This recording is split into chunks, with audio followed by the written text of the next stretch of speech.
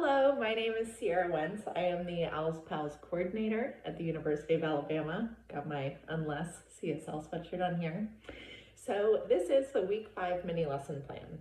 So in previous weeks, the mini lesson plan has generally been a document that I write out and I give to the site leadership, and they kind of take you through that document. So in recent weeks, we've worked on things like modification and redirection, positive affirmations and self-regulation, things like that. This week, since we're talking about money and math skills, I wanted to film myself going through the mini lesson plan. I think it'll be a little bit more helpful than having it written out.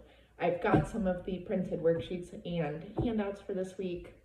I've got my coins over here. So we're gonna go through how I would teach these worksheets to children, tips and tricks that I've picked up over the years, and memory devices and things like that.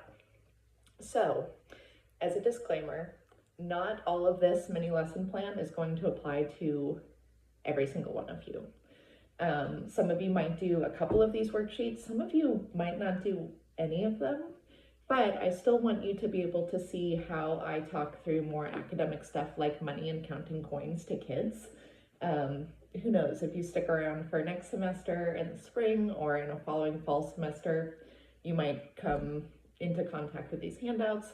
So I figure now is a good time to kind of get into them a little bit. So when we're talking about coins, it can be very daunting because we kind of take it for granted. Like, we've been identifying coins for some of us a long time, maybe 10, 15, 17, over 20 years. So we kind of take it for granted, and there's actually a lot that goes into identifying coins. So when we're identifying coins, we're thinking about the physical representation and the physical identification. We're thinking about the name, and we're also thinking about the money amount. So I'm going to take you through each of the 4 coins and how I would tell kids to look out for the differences. So first up, we've got penny. The penny is a super easy one. The penny is the only one that is copper. Copper is like a shiny golden brown sort of color. So the other coins are silver, but penny gets to be copper. So that's how we know right away that it's a penny. And a penny is worth 1 cent. So it's this little coin. It's the only one that's copper, and it's 1 cent. Then I would probably go to a quarter. So a quarter is the biggest of our coins, and it's the biggest amount. It's 25. So a quarter, silver, the biggest one, 25. Sorry. So dime and nickel, this is where it gets a little bit trickier, because some kids might see the nickel compared to the dime and think that the nickel is worth more because it's bigger. And when I say bigger, it's like not by that much. And they're both silver coins, so this can be a little bit tricky. What I would suggest as like a memory device is looking at the people on both of these coins. So, oh gosh, hope that's coming through. That's a nickel. That's a dime. So one thing, even though these 2 silver coins are pretty similar looking, this guy has a ponytail, and I use 5 fingers to make a ponytail in my hair. A nickel's 5.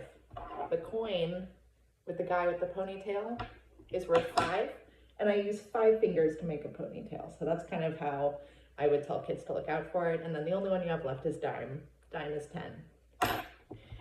So that is how I would explain the physical differences and the amount differences in the name of each of those coins to kids. When we are taking them through worksheets like this one, the Cover with Coins worksheet, they might get really frustrated because it might be very difficult for their brains to go from, even if they seem like they've got a pretty good grasp on identifying the coins, it might be difficult to then go to a worksheet.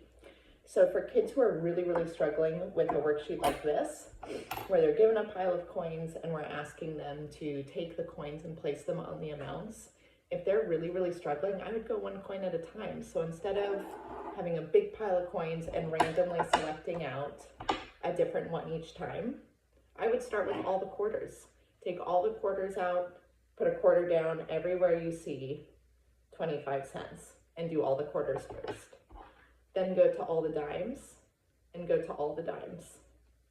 And as you're doing this, make sure that you are out loud modeling and encourage them to say out loud, penny 1, dime 10, quarter 25. So every time they say the name of the coin or the amount, they should also say like the other part of that pair to start getting it cemented into their heads. When we start to look at worksheets like totaling amounts, this is when I definitely suggest having them write the amount above the coin. So here's what I mean with that. Let's look at this top problem. Now this one's pretty easy because I know it's hard to tell because I printed in black and white. These will be color copies for y'all, so that'll be a little bit easier. But this top problem, where the worksheet is asking us to count up the amount of money that each person has and compare to see who has more, I would write or have the child write the amount above each coin. So for this one, and not even mentioning anything about adding them up yet, let's just identify. So this is a penny. A penny is 1. This is a penny. A penny's 1. And so on and so forth. I'm just going to go ahead and fill the rest of these in because they are all pennies. Okay, I've identified, I know those ones are really little, but I promise they're there. I've identified all the coins in this top problem. Now I'm going to help the child see that this is just a number sentence. All that this is a number sentence. And what I mean by that is now I'm going to add in plus signs and an equal sign. Now this is just a simple addition problem. 1 plus 1 plus 1 plus 1, and 1 plus 1 plus 1. For the next example, we're going to do the same thing. So we're going to start by identifying the amount of each of these coins. As you are working through a worksheet like this with a child, allow for a small pause, give yourself a verbal fill in the blank to give them a couple seconds worth of time to come up with an answer. If they don't come up with an answer within 5 seconds, tell them what it is. Don't make them sit there in this uncomfortable silence. They're going to get more frustrated. They're going to shut down more. They're not doing any learning at that point. Give them the answer, and you don't have to make it, there doesn't have to be any big fanfare. Just say it. So it would look something like this.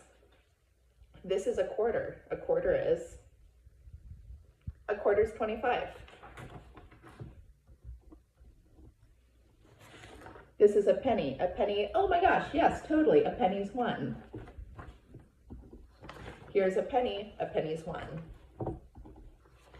Over here, we've got a quarter. A quarter is 25. So if you notice, I know it's kind of hard to imagine with only myself in here, but that would be a situation where I say that it's a quarter. The child is not able to provide that answer. So I just continue on with my talking, and it's not a big deal. They're just learning. They're getting that reinforcement that it's 25 cents. It's not, it might feel like you're doing the work for them, but you're just giving them exposure to the material. Don't feel bad about that. So at this point, again, I have all of my coins identified. I'm going to help the child turn this into a number sentence. So I'm adding in my plus signs and an equal sign. Okay, plus signs, equal sign, plus signs, equal sign, number sentences. And now we're just going to add 25 plus 1 is 26, and another one is 27. 25 plus 1 is 26.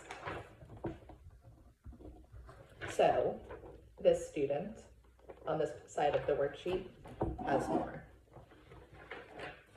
2 worksheets down.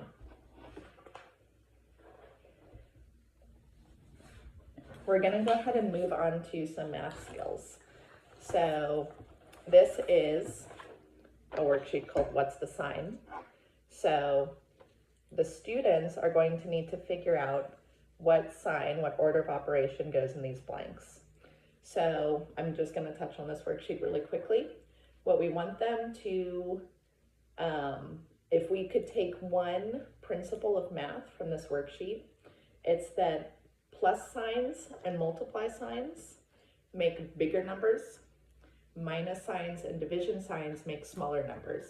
So starting from the beginning of this number sentence and going to the end, these numbers get smaller. So I know it's going to be a subtraction or a division. Here, my number gets bigger going from the beginning of the number sentence to the end of the number sentence. So I know that I'm going to use a plus sign or a multiply sign, so on and so forth. Okay, this is a really, really great worksheet. This shows the relationship between addition and multiplication. So we can look at this example up at the top. We've got 3 groups of 3, which we can write out as 3 plus 3 plus 3.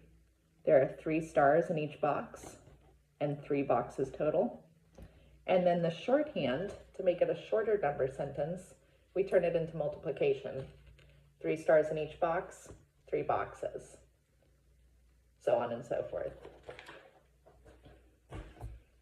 And then the last worksheet I want to touch on just real quick is magic squares. And the reason that I want to touch on this worksheet, even though it seems like it might be fairly straightforward, there are 2 tips that I really want, or that I think would be helpful if a student is struggling on this sort of worksheet. So the first idea is that when I'm working on a worksheet like this, I'm always thinking about starting where most of the work is done for me. So here's what I mean by that. We're looking at this example here. The magic sum is 15. This means that the columns, the rows, and the diagonals are all going to add to 15. It doesn't make much sense for me to try to solve this row because there's a lot of blank spots. I have 2 blank spots.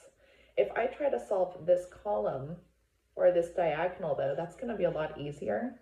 More of the work is done for me. I just need to figure out what number goes here or what number goes here. And then I can continue on to fill in the rest of the blanks. Okay, I hope that this was helpful for you guys. I would really encourage you just to slow down, stay calm yourself, even if it feels like the child is not understanding any of it, even if it seems like none of it's clicking in, I promise you it is. It's still getting sunk inside their brains.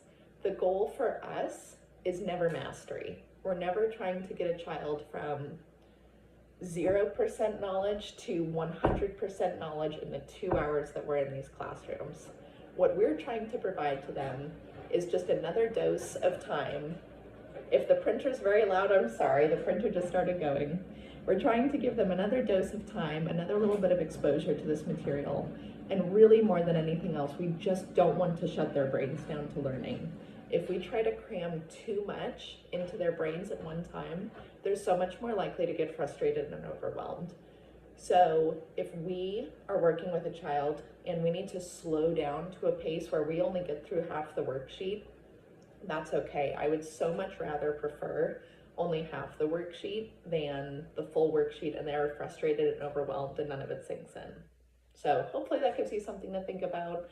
Please continue to rely on your grade leaders, your ATLs, your site soups for more redirection. Rely on each other. I've seen such amazing things at sites over the past 4 weeks. You guys are doing great. I am always a resource in the CSL. If you would like someone to talk to and run ideas by, know that I'm always available to talk to you guys too. I think this week is going to be a really good one. Please stop by if you need any more help, and I'm really excited to hear how things go.